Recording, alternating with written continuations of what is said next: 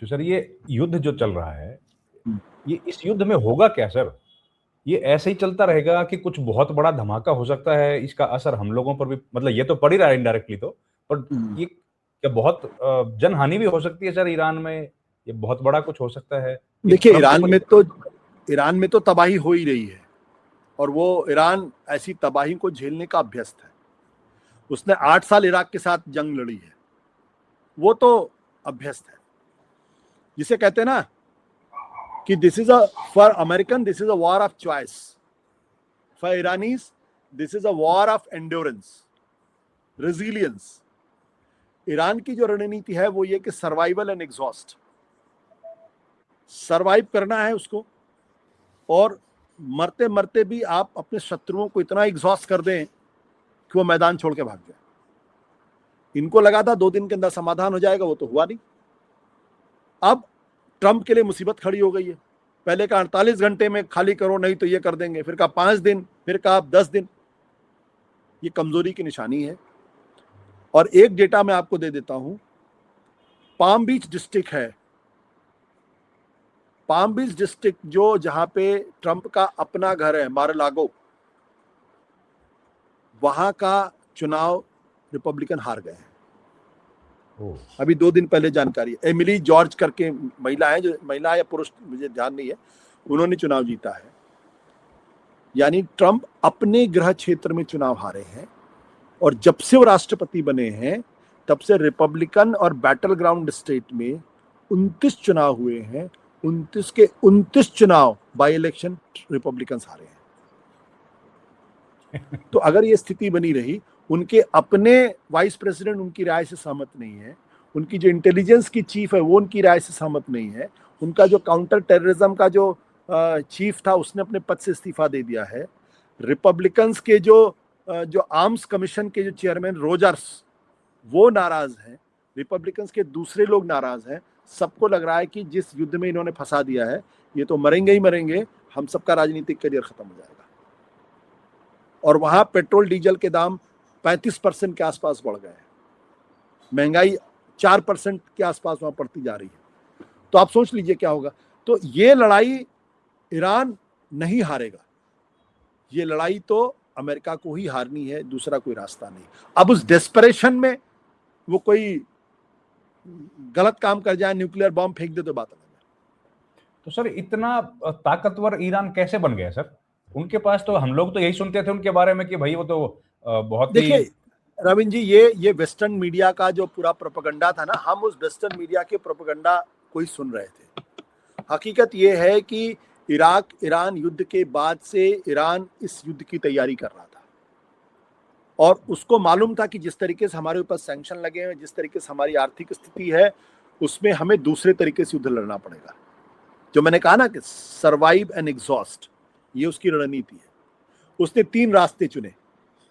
पहला रास्ता उसने ये चुना कि जब आपने उसके ऊपर हमला किया तो उसने उसका जवाब तो दिया, लेकिन उसने कहा कि हम युद्ध का थिएटर ऑफ वॉर बढ़ा देते हैं। तो उसने मिडिल ईस्ट के दूसरे देशों के ऊपर उसने हमला कर दिया, जो वहां पे बहाने से हमला किया, वहां खड़मंडल मच गया। दूसरा, उसने स्टेट ऑफ ऑयल की कीमत को पहचाना उसने, और उसको उसने पूरी तरीके से डिस्टर्ब कर दिया। तो युद्ध वो अलग तरीके से लड़ रहा। अमेरिकन को लगा कि हम विमान से मिसाइल डालेंगे, वो भी हमारे पर मिसाइल डालेंगे, और फिर हम जीत जाएंगे। इन्होंने ये एंटिसिपेट ही नहीं किया कि वो ऑयल को वेपनाइज करेगा, और मिडिल ईस्ट के देशों में जो उनके सैनिक अड्डे हैं, उनके माध्यम से मिडिल ईस्ट के देशों को संदेश देगा कि अमेरिकन की वजह से आपको दिक्कत पैदा हो रही है। अब आप तय कर लीजिए, आप अमेरिका के साथ जाना चाहते जाइए। मजबूरी क्या है कि अमेरिका के साथ तो मिडिल ईस्ट के देश जा सकते हैं, इजराइल के साथ नहीं जा सकते। अगर वो इजराइल के साथ जाएंगे तब तो वहां पे तख्ता पलट निश्चित है। तो ऐसी ईरान ने एक एसिमेट्रिक वॉर लड़ी है।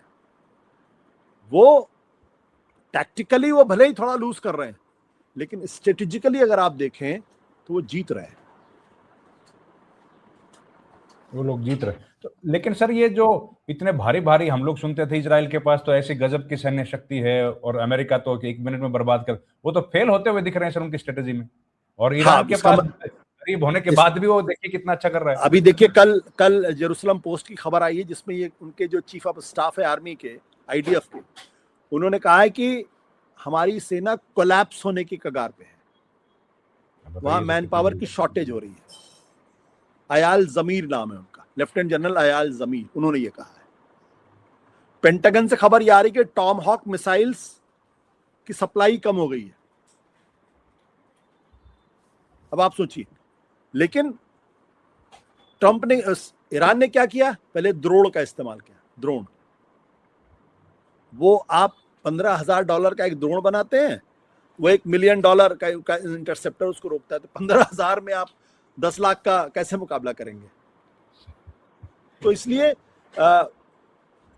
ब्रिलियंट स्ट्रेटजी ईरान ने अख्तियार की है, और उन्होंने वॉर को इतना अलग कर दिया है कि अमेरिकन को समझ ही में नहीं आ रहा कि ये भी हो सकता था, या इजरायली को समझ में नहीं आ रहा। समझ नहीं। जाते जाते सर एक टिप्पणी आप इन पे भी करके जाइएगा सर। ये जो हम लोग टीवी में भी रोज वॉर देख रहे हैं, है ना, 5 बजे के बाद सब जगह शुरू हो जाता है सर। ये दर्शकों को के प्रति कोई जिम्मेदारी नहीं है कि सर? आप तो एडिटर रहे हैं, हम लोगों ने बड़ा फॉलो किया आपको, और अब आप तो ये सवाल पूछ के मुझे क्यों एम्बैरेस कर रहे हैं?